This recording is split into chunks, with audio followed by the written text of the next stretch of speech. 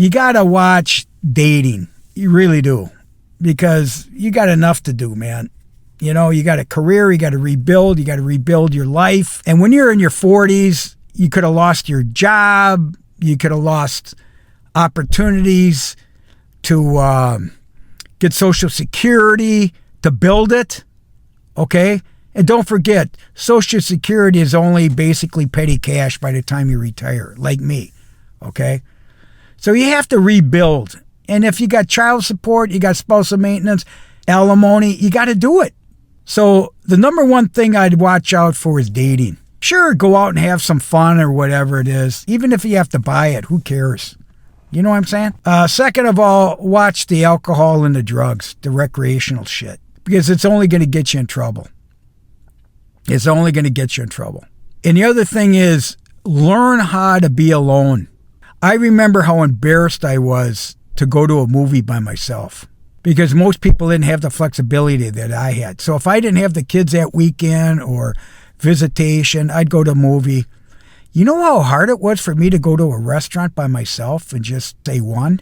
Economically it was great, but it was not easy, man. Just do things alone. That's why you need a network. You need a network. Like in my case, I had a lot of guys that either back in those days, when was it? I divorced in the late 80s, early 90s.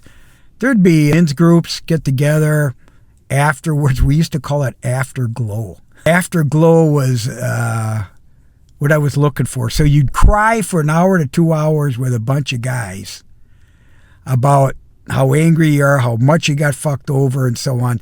Then you go to a dance club, not a strip club, a dance club, and you try to meet women. That's the bottom line.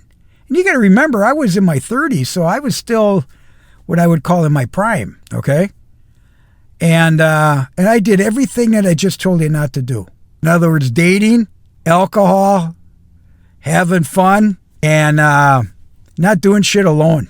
Well, guess what? After a while, I started working at it because I started thinking about how am I going to rebuild my life? And in my case, I had a career. I bought myself into a business that I was managing, and I put everything. I was all in. I put everything on the line.